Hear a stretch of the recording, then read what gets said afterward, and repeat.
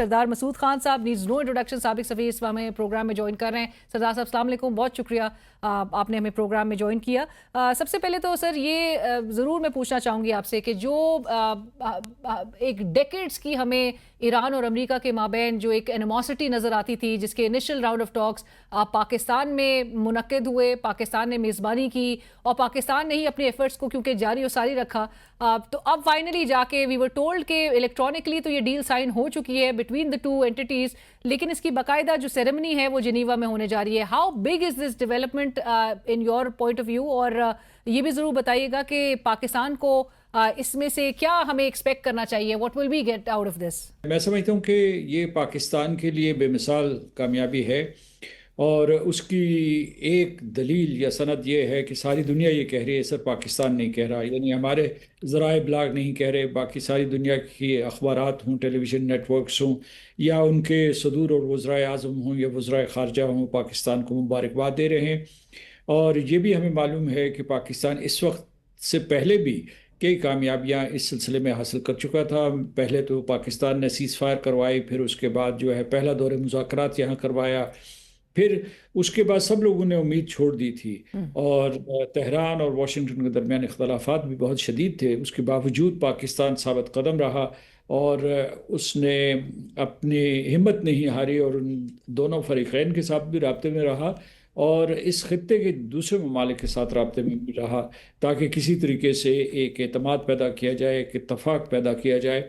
اور اس کا نتیجہ نکلا. جب ثمر سامنے آیا تو فریقین بھی خوش ہیں، اور دنیا میں آپ نے دیکھا کس طریقے سے عالمی منڈیوں میں ایک دم جو ہے ایک استحکام آیا ہے. پھر جو اسٹاک ایکسچینجز ہیں ان میں بڑھاوا نظر آ رہا ہے، اور اس کے علاوہ جو تیل اور گیس کی قیمتیں وہ نیچے جا رہی ہیں. تو یہ معاشی اعتبار سے بھی دنیا کے لیے بہت اچھا رہا، اور پاکستان کی قدر و منزلت بڑھی. تو اس اعتبار سے میں سمجھتا ہوں کہ یہ سب کے لیے ون ون ہے. سو مسعود صاحب، پاکستان کے لیے آپ کو آگے آپ فورسی کر رہے ہیں کہ اکنامکلی بھی یہ ہماری پوزیشن جو ہے وہ اسٹرینتھن ہوتے ہوئے دکھائی دے گی، ہم اس کو ٹرانسلیٹ کر سکتے ہیں، اس اپنے پورے رول کو جو ہم نے اس پورے عمل میں کردار ادا کیا ہے وہ پاکستان کی خوشحالی کا سبب بھی بن سکتے ہیں؟ دیکھیے، کچھ خاکہ ابھرا ہے. جس طریقے سے جس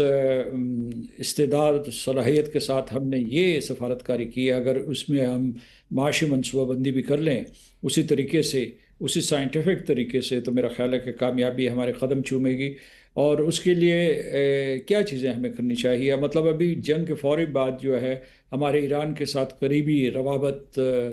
قائم ہوئے ہیں، اور اس میں یہ دیکھیے کہ ہم نے ایک نئی راہداری کھول دی ہے. یعنی مطلب ہے کہ پورٹ گوادر، پورٹ قاسم اور پورٹ کراچی سے بہت سی چیزوں کی ترسیل ایران کو ہوئی ہے.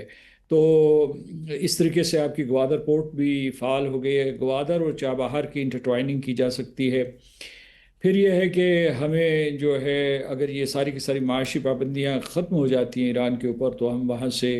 نہ صرف جو ہے بجلی لے سکتے ہیں بلکہ تیل بھی لے سکتے ہیں زیادہ مقدار میں، مطلب لینڈ روٹ سے آ سکتا ہے. اور Iran Pakistan gas pipeline جو ہے اسے پایہ تکمیل تک پہنچایا جا سکتا ہے. وہ درمیان میں کہیں رکی ہوئی ہے ان معاشی پابندیوں کی وجہ سے. اسی طریقے سے جو خلیجی ریاستیں ہیں وہ پاکستان کی ممنون احسان ہیں کہ اس نے یہ تعمیری کردار ادا کیا، جنگ کو ٹالا یہاں. تو ان کے ساتھ ہمارے تاریخی روابط بھی ہیں، لیکن تیل اور گیس اور دوسری جو چیزیں ہیں یا ان کی جو پاکستان کو سپورٹ حاصل رہتی ہے اس کو مضبوط تر کیا جا سکتا ہے. لیکن میں سمجھتا ہوں کہ اس میں ہم نے جو سب سے بڑا سبق سیکھا ہے کہ اقوام کو خود انحصاری کی طرف توجہ دینی چاہیے، کہ ان میں اتنا دم خم ہونا چاہیے کہ وہ دوسروں کے اوپر اعتبار اور اعتماد کریں، لیکن خود بھی ان کے جو ہے اتنی زیادہ قوت ہونی چاہیے کہ وہ ہر چیلنج کا مقابلہ کر سکے. رائٹ، چونکہ مسعود صاحب آج سیکیورٹی حکام کی جانب سے بریفنگ میں بھی بتایا گیا کہ اس جنگ کے اگر ہم مزید اس کو پھیلتا ہوا دیکھتے، اس کے مزید اس کی کنٹینویشن سے نہ صرف اکنامک کانسیکوینسز جو پوری دنیا نے بیئر کیے، اس کے سیکیورٹی کانسیکوینسز بھی بڑے سنگین ہونے تھے. سو آل از ویل دیٹ اینڈز ویل. لیکن اس پورے سیناریو میں کہ جہاں پر ہم نے ایک سپوائلر دیکھا مسعود صاحب وہ اسرائیل تھا، ڈونلڈ ٹرمپ کی طرف سے بھی ان کو بڑی ایک سنپ کیا گیا ہے، and the way it has been snubbed. آپ کو لگتا ہے کہ آگے بھی یہ کچھ نہ کچھ اپنی مضموم جو کارروائیاں ہیں اور مقاصد ہیں اس کے حصول کے لیے یہ اس کی طرف سے جو ہے یہ اسپوائلر کا رول جو ہے وہ کنٹینیوڈ رہے گا؟ دو اسپوائلرز رہے ہیں، ایک ہندوستان اور ایک اسرائیل۔ Absolutely. ہندوستان جو ہے پیسو اسپوائلر رہا ہے، اور اسرائیل چونکہ اس جنگ کا حصہ تھا، بلکہ اسی کے اکسانے کے اوپر صدر ٹرمپ نے ایران کے اوپر حملہ کیا تھا، تو اس وجہ سے اس کا کردار منفی رہا ہے، یعنی مطلب ہے جنگ کے دوران اور جنگ بندی کے دوران۔ اور ابھی بھی جو ہے جبکہ یہ ڈیل ہو چکی ہے، اس کے اوپر جو ہے الیکٹرانکلی سگنیچر ہو چکے ہیں، تو اسرائیل کی طرف سے بڑے منفی پیغامات آ رہے ہیں۔ مثال کے طور پر اسرائیل کے وزیر اعظم نتن یاہو وہ کہتے ہیں کہ ہم اس بات کے پابند نہیں ہیں کہ ہم امریکہ کی ہر بات سنیں، اور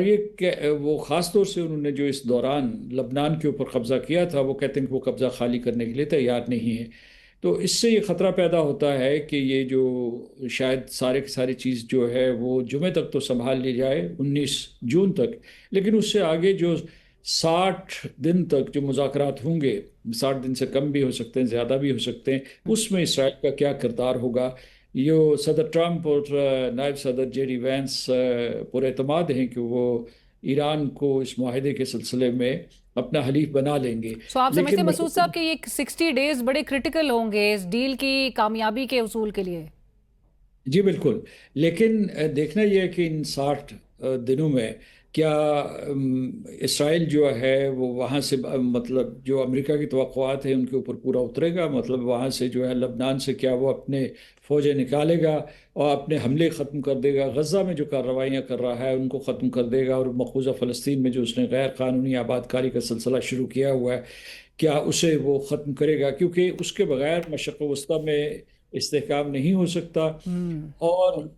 اگر مشرق وسطیٰ میں اور اسرائیل کے ارد گرد استحکام نہیں ہے تو وہ بار بار امریکہ کو کھینچ کر اس خطے میں لائے گا، اور اس مرتبہ وہ ایران کے خلاف لایا، پھر جو ہے اس کے کچھ عرب ممالک بھی جو ہے ان کو وہ کچھ کو حلیف سمجھتا ہے، کچھ کو حریف سمجھتا ہے۔ تو یہ ایک جو یہاں کا بحران ہے مشرق وسطیٰ کا، اس کا سایہ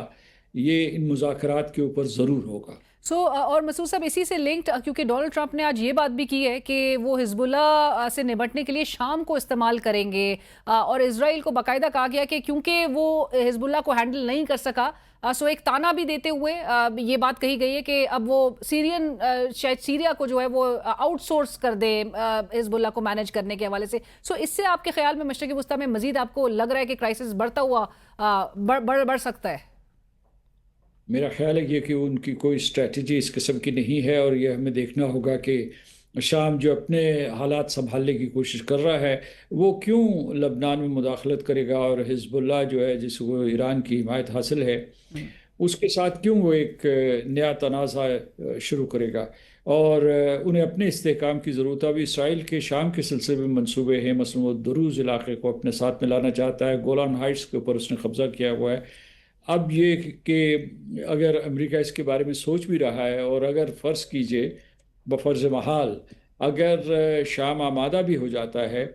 تو میرا خیال ہے کہ اس سے یہ مسئلے کا حل نہیں ہو سکتا، اور خود جو ہے لبنان کے اندر جو ہے کوشش کی جا رہی ہے قومی یکجہتی کی، اور اس کے علاوہ یہ ہے کہ کسی طریقے سے ایسے ہو کہ لبنان کی فوج اور حزب اللہ کے درمیان معاملات طے پا جائے۔ وہ ایک راستہ ہے، شاید اس کا کوئی نہ کوئی نتیجہ نکلا ہے، لیکن اس کے لیے شرط یہ ہوگی کہ اسرائیل لبنان کے خلاف اور حزب اللہ کے خلاف، یا وہاں جو شیعہ آبادی ہے اس کے خلاف اپنی کارروائیاں ختم کر دیں۔ رائٹ، تھینک یو سو مچ مسعود صاحب، بہت شکریہ آپ کے وقت کا، اور اسی کے ساتھ ہی کل تک کے لیے اجازت دیجیے، اللہ حافظ۔